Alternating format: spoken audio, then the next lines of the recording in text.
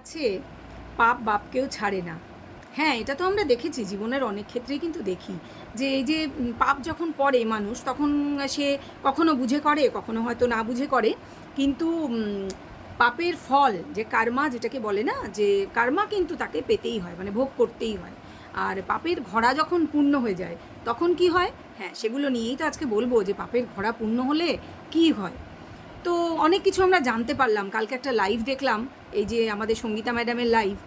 সেখান থেকে অনেক কিছু জানা গেল এবং সত্যি বলছি, সত্যি কথা বলবো যে ওনারও যেরকম কষ্ট হচ্ছিল আমি বুঝতে পারছিলাম, কারণ মানুষ তো, মানে আমরা সবাই তো মানুষ, উনিও তো একজন মা, উনিও তো মানুষ।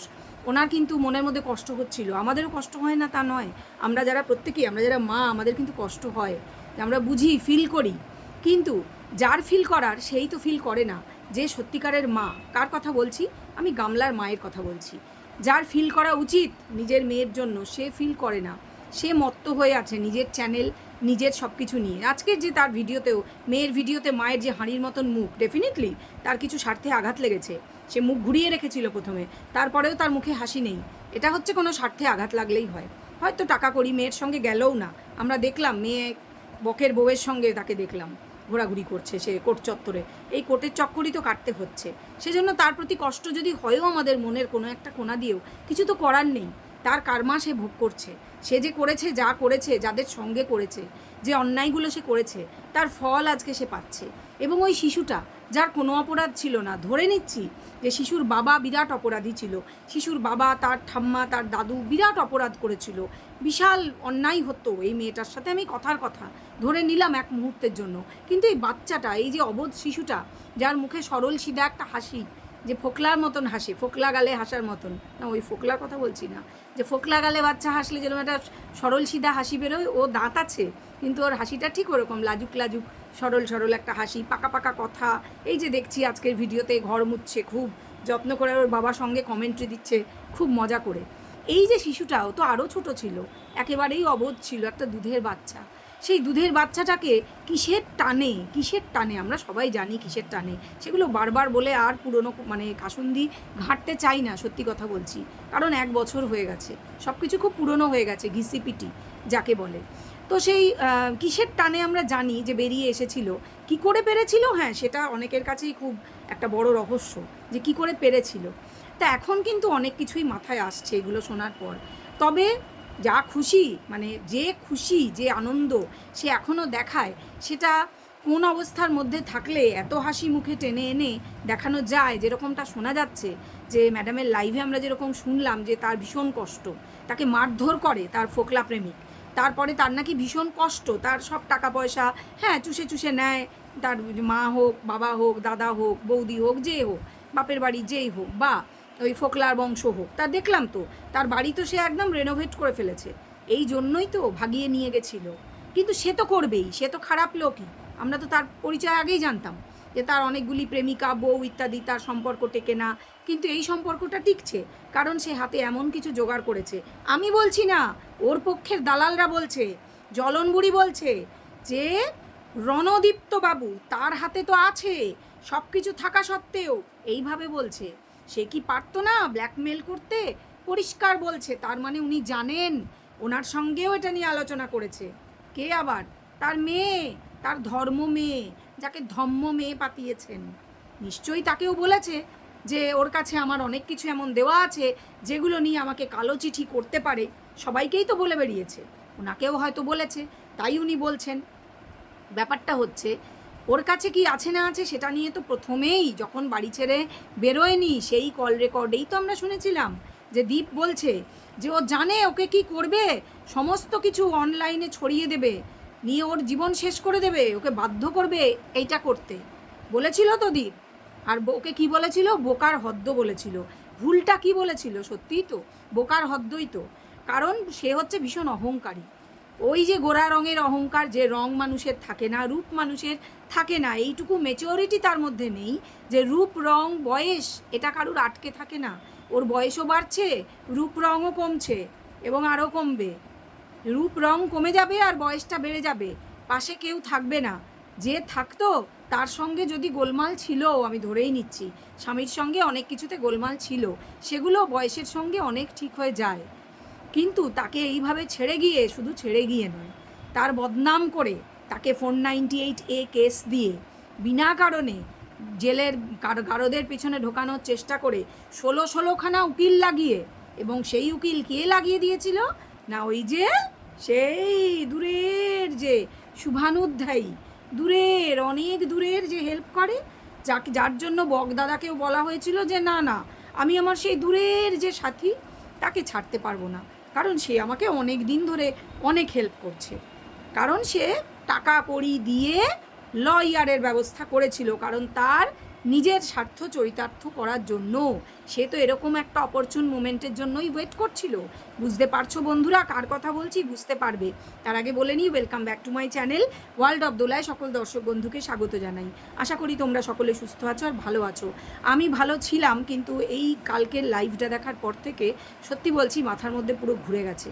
কারণ যে আমরা যেটা আন্দাজ করেছিলাম, চেয়েছিলাম আমাদের আন্দাজটা মিথ্যে প্রমাণ হোক, কিন্তু না, সেটা ম্যাডাম পরিষ্কার করে দিলেন আন্দাজটা সত্যি। শুধু এটাই নয়, ও আরও বড় কেসে বোধহয় ফাঁসতে চলেছে। কারণ যা জানা যাচ্ছে, যা বোঝা যাচ্ছে যে আধার কার্ড, নকল আধার কার্ড বা এরকম কিছু হয়তো বা করা হয়েছে, আমি বলতে পারবো না, আমি হয়তো বলছি, এবং তাতে করে যদি সেটা সত্যি প্রমাণ হয় কোর্টে, তাহলে কিন্তু কেলেঙ্কারি অবস্থা হতে পারে। এবং এই যে ফাঁদে ওকে এইভাবে যারা ফেলেছে, তারা তো পাশ থেকে নিজেদের কেটে যাওয়ার ব্যবস্থা আমি শিওর করে রেখেছে। ফেঁসে তো ও একলাই যাবে, কারণ ওর যে বাপের বাড়ি, তারা যে ওর পাশে থাকবে না, সুযোগ মতন কেটে পড়বে, তারা নিজেদের ঠিকই পালানোর পথ, এসকেপ রুট যেটা, সেটা করে রেখেছে আমি শিওর। সেজন্য ফাঁসলে কিন্তু একা ফাঁসবে, এবং এই যে ফোকলা, সে তো কোনোভাবেই ফাঁসবে না।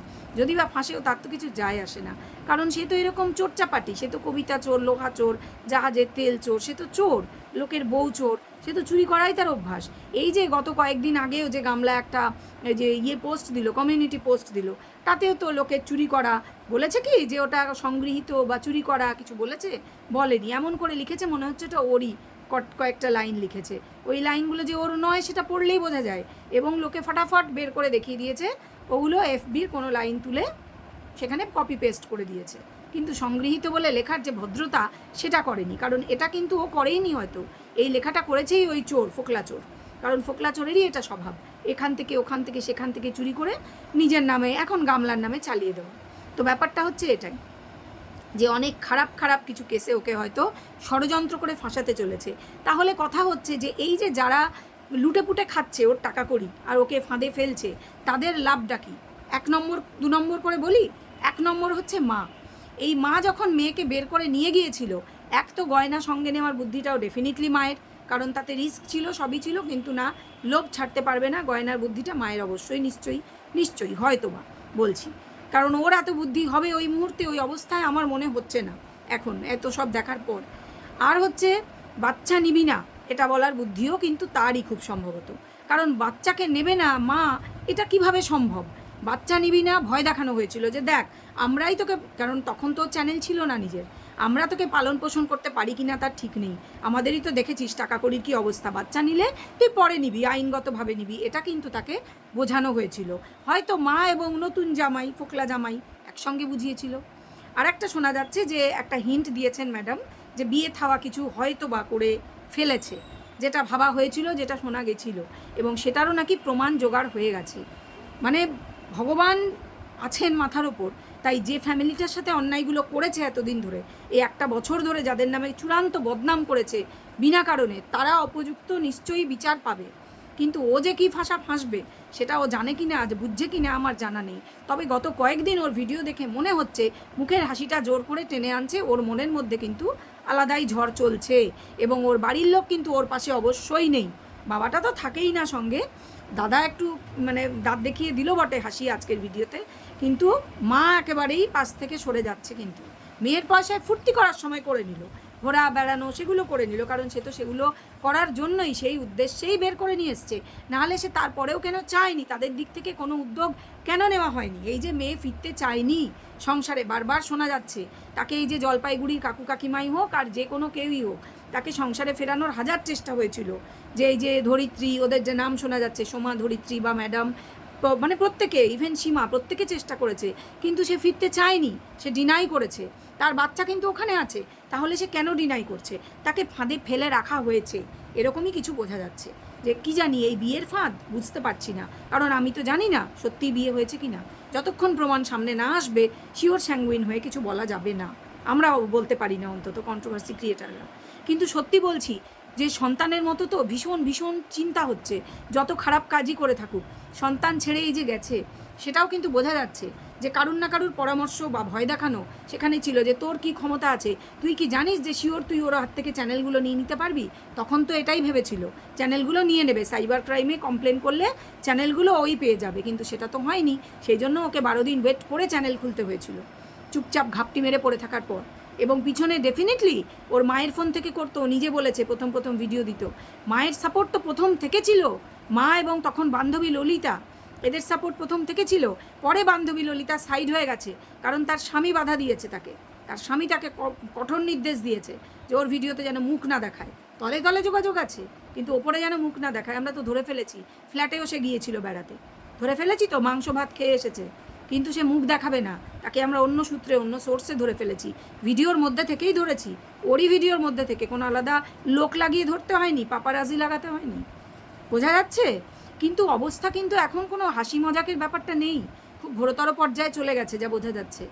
এবং দীপ কিন্তু খুব ভালো অবস্থায় আছে, কারণ ওর নামে যে মিথ্যে কেসগুলো করা হয়েছিল সেগুলো একটাও ধোপে টিকছে না, টেকার কথাও নয়, কারণ ঘটনাগুলো তো ঘটেইনি, কোনো অত্যাচার তো করা হয়ইনি, এবং যার জন্যই তার সপক্ষে কোনো না মেডিকেল প্রমাণ, না কোনো প্রমাণ রয়েছে, না কোনো পুলিশ কমপ্লেন টাইমে করা হয়েছিল। এবং এই যে গামলায় কিন্তু প্রথম 3 মাস কোনো 498-এ করেনি, কারণ ও জানতো ওর সাথে অত্যাচার হয়নি, ও পরকিয়া করেই বেরিয়ে গিয়েছে, দোষটা সম্পূর্ণ নিজের, সেই জন্যই কিন্তু সে কমপ্লেন করেনি। এইবার শোনা যাচ্ছে যে রুমাল রুটি সেই এসব করেছে, সেই লোক দিয়ে হেল্প করে, টাকা দিয়ে হোক, উকিল দিয়ে হোক, যেভাবে হোক হেল্প করেছে, এবং সেই ওর মাথায় ঢুকিয়েছে এগুলো কর, তাহলে ওদেরকে ভালো মতন জেল খাটাতে পারবি, তোর মনের শান্তি হবে, আমি তোকে হেল্প করব, তোর নতুন করে বিয়ে দেবো, হয়তো হয়তো বলেছে, স্বপ্ন দেখিয়েছে, একটা বোকা গাধা মেয়ে তাকে পেয়ে হয়তো স্বপ্ন দেখিয়েছে, নিজের হিংসা চরিতার্থ করার জন্য, নিজে ওই ফ্যামিলিটার প্রতি হিংসা চরিতার্থ করার জন্য, এত এত নোংরা তার মানসিকতা। হ্যাঁ, নিজের ফ্যামিলির লোকের উপর, বাবা মা ভাই তাদের উপর তার হিংসা এমন, জাস্ট ভাবা যায় না, আমরা ভাবতে পারি না, দূর দূর তক কল্পনা করতে পারি না। আমি জানি না, হয়তো এটা কারণ ম্যাডাম বলছেন, ম্যাডাম তো নাম করেই বলছেন, ঠিক আছে, জানি না যে কত দূর কি প্রমাণ করা যাবে সেটা জানি না, কারণ আমার হাতে তো কিছু নেই যে কোনো প্রমাণ, যা শুনছি ভিডিওতে যা দেখছি সেটাই বলছি। সে কিন্তু এখন ঘাপটি মেরে আছে, তাহলে মাঝখানে সে কেন লাইভ করে বাচ্চাকে বলা হয়েছে মা মরে গেছে এইসব বলেছিল, কারণ সে পাবলিককে উস্কাতে চেয়েছিল, সে পাবলিকের মনে আবার ঢুকিয়ে দেওয়ার চেষ্টা করেছিল, দেখো আমার মা বাবা ভাই কত খারাপ, ওই বাড়িতে মেয়েদের সঙ্গে অত্যাচার করা হয়, সেই জন্যই সে এইগুলো করেছিল। আজকে সে ঘাপটি এই জন্যই মেরে আছে যে সে জানে তার বিরুদ্ধে প্রমাণ সংগ্রহ করা হয়ে গেছে যথাযোগ্য জায়গায়, এবং সেগুলো যথাযোগ্য জায়গায় পৌঁছে গেছে, তার কাছে খবর আছে, সেই জন্য সে চুপ করে আছে। আজকে তো আর কোনো লাইভ সে করছে না, আজকাল সে চুপ কেন, এত কথা হচ্ছে, তাকে অনেকে অনেক কমেন্টও হয়তো করেছে, নেগেটিভ কমেন্ট, সেগুলো হয়তো সে ডিলিটও করে দিয়েছে, কিন্তু তাতে করে কি সে বাঁচবে? যে অন্যায় যে অপরাধ সে করেছে তার সাজা নিশ্চয়ই সে পাবে। ওই যে বললাম, কার্মা ইজ ব্যাক। যারা যারা নোংরা কাজ করেছে, অন্যায় করেছে, কোনো একটা নিরীহ ফ্যামিলির সাথে, ওই অবোধ শিশুটার সাথে, নিরীহ ছেলেটার সাথে যে অন্যায় অপরাধগুলো করা হয়েছে, দিনের পর দিন তাদের চোখ দিয়ে জল পড়েছে, সেই চোখের এক একটা ফোঁটা জল এক এক বিন্দু রক্তের মতন, রক্তবিন্দুর মতন, তার যে হিসাব চুকাতে হবে, এখানেই হিসাব চুকিয়ে দিয়ে যেতে হবে। আর সেই জন্যই তো শোনা যাচ্ছে এখন যে ফোকলা গামলাকে ধরে পেটায়। অন্যায় করে কি, অন্যায় করবে কি করে, সে তো খেয়ে আউট হয়ে থাকে, বোতল নিয়ে খেয়ে আউট হয়ে থাকে, সে তো মারবেই, কারণ তার চাই টাকা, এবং টাকা খরচ করে তার সমস্ত চাহিদা এই গামলাই হয়তো পূরণ করেছে, কারণ তার বাড়িতে মার্বেল বসেছে, আমরা দেখতে পাচ্ছি দেয়ালে সদ্য সদ্য সব রং করা হয়েছে, সারা বাড়ি বাবা ভোল পাল্টে গেছে। কে করলো, এত টাকা কার আছে ওই বাড়িতে? ছেলে তো ঘন্টা কচু, কিছু করে না, করে তো এই যে এই ইনি গামলা রানী, সেখানে এত টাকা খরচ করেও মার খেতে হচ্ছে, ঠিক যে বদনামটা ওদেরকে দিয়েছিল, যে ওকে মারধর করা হতো, ওদের জন্য ও টাকা রোজগার করতো ভিডিও করে করে, সেম জিনিস সত্যিকারে এখন ঘটছে। কোথাও গিয়ে কোনো কমপ্লেন সে করতে পারছে না, কারণ কমপ্লেন করতে হলে তাকে বলতে হবে ওরা ওর কে হয়, ও কেন ওদের জন্য টাকা খরচ করেছে, ও কেন ওই বাড়িতে যায়, কেন ওই বাড়িতে থাকে, ওকে কোথায় পায় যে মারে, কিভাবে পায়, এগুলো ওকে প্রমাণ করতে হবে, এগুলো ওকে বলতে হবে। আর তাহলেই তো ওকে বলতে হবে যে বিয়ে করেছে কি না, কী সম্পর্ক। এখন সিঁদুর পড়ছে না বেশ কিছুদিন ধরে, আবার মাঝে মাঝে পড়ছেও, মাঝে সাঝে ইচ্ছা হলে। সেজন্য আমরা ধরতে পারছি না ঠিক মতন করে যে ব্যাপারটা আসলে কি। তবে হ্যাঁ, যা শোনা যাচ্ছে ম্যাডামের ভিডিও থেকে যা শুনলাম, অবিশ্বাস করার কিছুই নেই।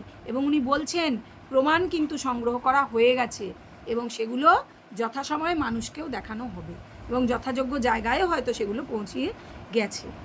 তো তাহলে কি প্রমাণ হলো? ধর্মের কল বাতাসে নড়ে, এটাই তো প্রমাণ হলো। তবে হ্যাঁ, ওই যে বললাম একটা মহিলা তো আমি নিজেও, তাই মহিলার প্রতি যদি দেখি কেউ মার খাচ্ছে খারাপ তো লাগে। তবে আবার যখনই মনে পড়ে যায় যে শিশুটার সাথে কি অন্যায় হয়েছে, তার মুখের থেকে দুধ ছিনিয়ে নেওয়া হয়েছে, তখন নোংরামি করা হয়েছে, আবার নোংরামি ধামাচাপা দেওয়ার জন্য ওই বয়স্ক মানুষ দুটোকে ফাঁসানো হয়েছে, দৌড় করানো হয়েছে কোর্টে কোর্টে, জেল খাটানোর ব্যবস্থা করা হয়েছিল ওই ছেলেটাকে, তাদের ওপর দিয়ে দিনের পর দিন কী গেছে, ওই শিশুটার ওপর দিয়ে কী গেছে, যখন মনে পড়ে তখন সত্যি বলছি মনের মধ্যে ঘৃণা ছাড়া কিছুই আসে না। আরও বেশি করে এই জন্যই আসে যে এখনও সে কিন্তু তার ভোল পাল্টায়নি, সে কিন্তু তার সেই অহংকার ধরে রেখেছে, আমরা বুঝতে পারছি, কিন্তু সে বলছে না, সে কিছুই প্রকাশ করছে না, সে কিন্তু দেখাচ্ছে সে যেটা দেখাতে চায়। খুব ভালো কথা, দেখা যাক শেষ রক্ষা হয় কি না। দেখলাম ম্যাডামের ভিডিওতে কালকের লাইভে একজন কমেন্ট করেছে যে একটু অপেক্ষা করুন ম্যাডাম, ও এসে আপনার পায়ে পড়ে কাঁদবে, বলবে আমাকে বাঁচান আপনি। আমারও তাই বিশ্বাস, আমারও তাই বিশ্বাস, পায়ে পড়ে বলবে এবার আপনি আমাকে বাঁচান, আমার আর কোথাও যাওয়ার নেই, কিছু আর করার নেই। এক্স্যাক্টলি এটাই হতে চলেছে, এটাই হবে বন্ধুরা, তোমরা মিলিয়ে নেবে আমি ঠিক বললাম কি না।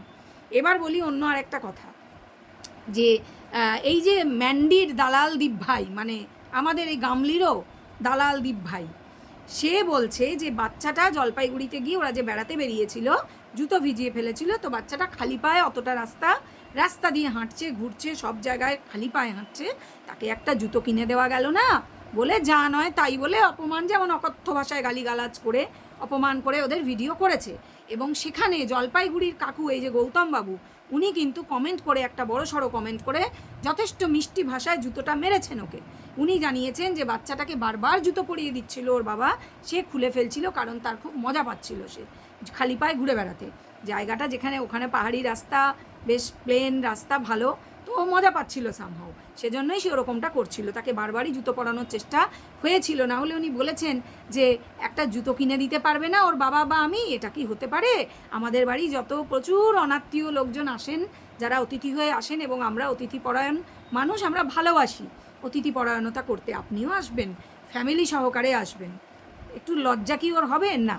এটার উত্তর আমারই জানা আছে, ওর লজ্জা হবে না, কারণ লজ্জা বস্তুটা ওর ধারে পাশে নেই, কি করে হবে ভাই? সেটা হবে না। এবং এই কমেন্টটা খুব সম্ভবত ও ডিলিট করেছে, রাখেনি, আমি গিয়ে কমেন্টটা খুঁজে পাইনি, আমি অন্যদের ভিডিওতে দেখেছি কমেন্টটা। ঠিক আছে, বোঝাতে পেরেছি তো? এই তো ক্যারেক্টার, একে কিছু বলে লাভ আছে? আমি জলপাইগুড়ির কাকু সেই ভদ্রলোককে বলবো ওকে কিছু বলে লাভ নেই, কারণ ওর ক্যারেক্টারটাই নোংরা। ও চায়, ও জেনে বুঝেই নোংরামিটা করে, ও সবই বোঝে, সবই জানে, ও জানে ও যাকে ফন্দীপ বলে ছেলেটা আসলে ভালো ছেলে, দুই একবার বলেও ফেলেছে নিজের কোনো কোনো ভিডিওতে, কিন্তু না, নোংরামি করেই ওকে খেতে হবে, কারণ ও নোংরা দিয়ে শুরু করেছে। ও যদি নোংরামি চালিয়ে না যায়, ওর ভিউয়ার্সরা তো ওকে দেখবে না, ওকে ছেড়ে চলে যাবে, সেজন্য ওকে নোংরামি করতে হবে। এই যে আমি যেমন কোনো নোংরামি করতে পারবো না, কারণ আমার তো ভিউয়ার্সরা আমাকে এভাবে দেখে অভ্যস্ত, তারা আমার চ্যানেলে কোনো দিন কোনো নোংরামি দেখেনি, দেখবেও না, সেজন্য তারা জানে যে এখানে কোনো নোংরার চাষ হয় না। আর ওর আবার ঠিক উল্টো, ওখানে নোংরার চাষই হয়, ওর ওই বিশ্রী অঙ্গভঙ্গি, একটা হাত কাটা নাইটি পরে বসবে, অসভ্যের মতন করে ভিডিও করবে, ওটাতেই ওর ভিউজ আসবে, আর ওই পয়সাতেই ওকে গিলতে হবে, এছাড়া ওর তো ভিউজ আনার কোনো রাস্তা নেই। তো এটাই হচ্ছে ব্যাপার, ওই যার যেটা সাজে, এই আর কি। তো যেটা বলার ছিল বললাম, তোমরা কমেন্ট করে জানিও যে আমি ঠিক বলেছি কি ভুল বলেছি। চলো, ভিডিও ভালো লাগলে অবশ্যই এটা লাইক করে দাও, আর কমেন্ট, শেয়ার, সাবস্ক্রাইব করতে কিন্তু ভুলো না। চলো এখন আসি, তাহলে ফিরে আসবো নতুন একটা ভিডিওর সাথে। সবাই ভালো থেকো, সুস্থ থেকো, টাটা।